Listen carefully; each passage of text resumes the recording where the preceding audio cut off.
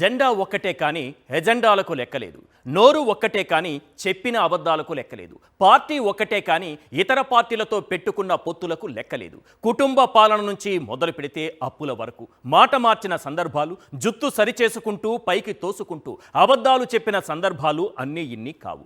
ఏదైతేనే ఆఖరికి అనుకున్నది సాధించారు. ప్రభుత్వంలో భాగస్వాములయ్యారు, పదవులు పంచుకున్నారు, కుటుంబ సభ్యులకు పంచిపెడుతున్నారు.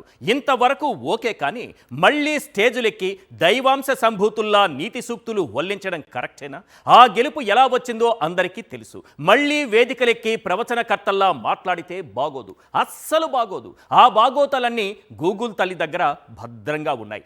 ఎట్టా కొడితే అట్టా వచ్చేస్తాయి. సో మాట్లాడేటప్పుడు ఆచితూచి మాట్లాడాలి. ఇంతకీ 11 ఏళ్ల పొలిటికల్ జర్నీలో పవన్ చెప్పిన అబద్ధాలెన్ని, దశాబ్ద కాలంలో పవన్ మార్చిన రంగులెన్ని, మోసిన జెండాలెన్ని, పెట్టుకున్న పొత్తులెన్ని?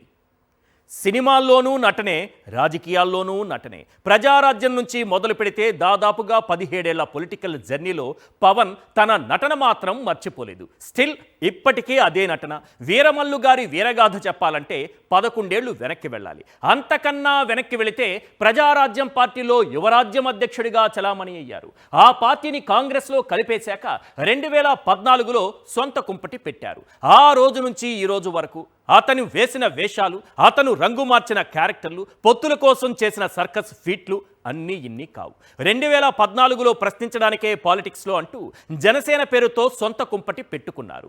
అదే 2014లో రాష్ట్రం అభివృద్ధి కోసమే పొత్తు అంటూ కమలంతో కరచాలనం చేశారు. అదే సమయంలో విభజిత ఏపీకి అనుభవజ్ఞుడు కావాలంటూ బాబుతో పొత్తు పెట్టుకున్నారు. 2018లో టీడీపీ బీజేపీకి కటీఫ్ చెప్పి సోషలిజం నా ఇంటి పేరు అంటూ సిపిఐతో సావాసం చేశారు. అదే ఏడాదిలో కమ్యూనిజం నా ఒంటి పేరు అంటూ సిపిఎంతో స్నేహం చేశారు. అదే సమయంలో యువతను ఆకర్షించే నాటకంలో భాగంగా చేగువేరా పోరాటం నా స్ఫూర్తి అంటూ కొత్త ఎజెండా భుజానికెత్తుకున్నారు. 2019 ఎన్నికల సమయంలో ఓట్లు చీల్చి టీడీపీకి లబ్ధి చేకూర్చాలనే ఉద్దేశంతో అసలు రాష్ట్రంలో ఉనికిలో కూడా లేని బీఎస్పీతో పొత్తు పెట్టుకున్నారు. 2020లో అమరావతి పేరుతో ఢిల్లీ పెద్దలతో మాట్లాడడానికి వెళుతున్నారని చెప్పి మళ్లీ బీజేపీతో పొత్తు పెట్టుకున్నారు. పాచిపోయిన లడ్డూ తీయగా మారిందని చెప్పుకొచ్చారు. ఆ వెంటనే బాబుతో మళ్లీ పొత్తు ఖరారైనా అది బహిర్గతం కాకుండా జాగ్రత్త పడి చివరకు ముసుగు తొలగిపోయిందన్న సమయంలో ప్యాకేజీ రెన్యువల్ చేసుకుని 2023లో మరోసారి సైకిల్ ఎక్కారు. ఇక చివరిగా పవనిజం, సోషలిజం, కమ్యూనిజం, అంబేద్కరిజం ఇవన్నీ కట్టగట్టి పక్కన పెట్టి 2024లో హిందూయిజం ముసుగులో సనాతని పాత్రలో పరకాయ ప్రవేశం చేశారు. 2014 నుంచి దాదాపుగా 10 ఏళ్లలో వీరమల్లు గారు మార్చిన వేషాలివి. ఈ 11 ఏళ్లలో మార్చిన రంగులు, వేసిన వేషాల సంగతి కాసేపు పక్కన పెడదాం. ఇప్పుడు అబద్ధాలలో మన పవన్ కళ్యాణ్ టాలెంట్ ఏంటో ఒక్కసారి చూద్దాం. 11 ఏళ్ల పార్టీ నేత చెప్పిన 11 ప్రధాన అబద్ధాలేంటో చూద్దాం. అబద్ధం నెంబర్ 1, పార్టీ పెట్టిన కొత్తల్లో ఆ తరువాత తనకు కులం లేదు, మతం లేదు అన్నారు. కుల మతాలకు తాను అతీతం అన్నారు. పోటీ చేసిన 2 చోట్ల ఓటమి పాలైన తరువాత మాట మార్చేశారు.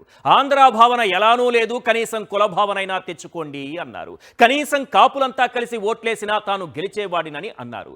ఇక అబద్ధం నెంబర్ 2, కుటుంబ పాలనకు తాను దూరం అన్నాడు. వారసత్వ రాజకీయాలకు తాను వ్యతిరేకమన్నాడు. ఎప్పుడు నా అన్నలు నా బిడ్డలేనా, జెండాలు మోసిన వాళ్లకు పదవులు అనుభవించే అర్హత లేదా అని ప్రశ్నించారు. గెలిచిన తరువాత కనీసం సర్పంచ్ కూడా కాని తన అన్నకు ఎమ్మెల్సీ పదవి కట్టబెట్టారు. అబద్ధం నెంబర్ 3, సుగాలి ప్రీతి. ఈ పేరును పవన్ కళ్యాణ్లా ఎవరూ వాడుకోలేదు. ఎన్నికల సభల్లో సుగాలి ప్రీతికి న్యాయం చేయరా అంటూ ఊగిపోయాడు. 2019 నుంచి 24 వరకు ఆ పేరునే జపించాడు. తీరా గెలిచిన తరువాత ఆమె ఎత్తడమే మానేశాడు. జగన్ హయాంలో వేసిన సిబిఐ ఎంక్వైరీపై ఇప్పుడు అదే సిబిఐ చేతులెత్తేస్తే కనీసం కిక్కురు మనలేదు. అబద్ధం నెంబర్ 4, వాలంటీర్లు 32,000 మంది అమ్మాయిల్ని కిడ్నాప్ చేసి హ్యూమన్ ట్రాఫికింగ్కు పాల్పడుతున్నారని ఆరోపించారు. తనకు కేంద్ర నిఘా వర్గాలే సమాచారం ఇచ్చాయన్నాడు. తీరా మొన్నటికి మొన్న అసెంబ్లీ సాక్షిగా అదంతా పచ్చి అబద్ధమని తేలినా నోరు మెదపడం లేదు. ఇక అబద్ధం నెంబర్ 5, వాలంటీర్లకు 10,000 గౌరవ వేతనం ఇప్పించే బాధ్యత నాది అన్నారు. గెలిచిన తరువాత అసలు వాలంటీర్ వ్యవస్థే మనుగడలో లేదని చంద్రబాబు చేతులెత్తేసిన ఉలుకు పలుకు లేదు. ఇక అబద్ధం నెంబర్ 6, ఎన్నికల ముందు విశాఖలో 25,000 టన్నుల డ్రగ్స్ అంటూ హడావిడి చేశాడు. ఆ డ్రగ్స్తో వైఎస్ఆర్సీపీ నేతలకు సంబంధాలు ఉన్నాయని ఆరోపించాడు. తీరా అవి డ్రగ్స్ కాదు, డ్రై ఈస్ట్ అని తేలేక సైలెంట్ అయిపోయాడు. ఇక అబద్ధం నెంబర్ 7, తన పార్టీకి ఒక్క ఎంపీ ఉన్న స్టీల్ ప్లాంట్ ప్రైవేటీకరణ ఆపేసేవాడనని ఆనాడు పెద్ద పెద్ద మాటలు మాట్లాడారు. ఇప్పుడు ఇద్దరు ఎంపీలున్నా ఎన్డీఏతో కలిసి ఉన్నా ఒక్క మాట మాట్లాడడం లేదు. అబద్ధం నెంబర్ 8, జగన్ తీసుకొచ్చిన ల్యాండ్ టైటిలింగ్ యాక్ట్తో మీ భూములు మాయమవుతాయంటూ నోటికొచ్చిన అబద్ధాలు చెప్పారు. ఇప్పుడు చంద్రబాబు అవే భూ సర్వేలు కంటిన్యూ చేస్తుంటే తనకేమీ సంబంధం లేదన్నట్లుగా ఉన్నారు. అబద్ధం నెంబర్ 9, సచివాలయాలకు 3,000 కోట్ల ప్రజాధనంతో పార్టీ రంగులేశారని తప్పుడు ప్రచారం చేశాడు. కోర్టుల్లో కేసులు వేయించారు. తాజాగా అసెంబ్లీ సాక్షిగా అది అబద్ధమని తేలిపోయింది. కేవలం రంగుల కోసం ఖర్చు పెట్టింది 50 కోట్లు మాత్రమేనని, ఆ రంగులు తీసేయడానికి మరో 50 కోట్లు, అంటే మొత్తంగా ఖర్చు పెట్టింది 100 కోట్లేనని తేలింది. అబద్ధం నెంబర్ 10, అప్పుల విషయంలో పవన్ చెప్పిన అబద్ధాలు అన్ని ఇన్ని కావు. 14 లక్షల కోట్లు అప్పు అన్నాడు. అప్పురత్న అంటూ విమర్శించాడు. ఇప్పుడు అప్పు కేవలం 3.5 లక్షల కోట్లేనని స్వయంగా చంద్రబాబు బడ్జెట్లోనే చూపెట్టారు.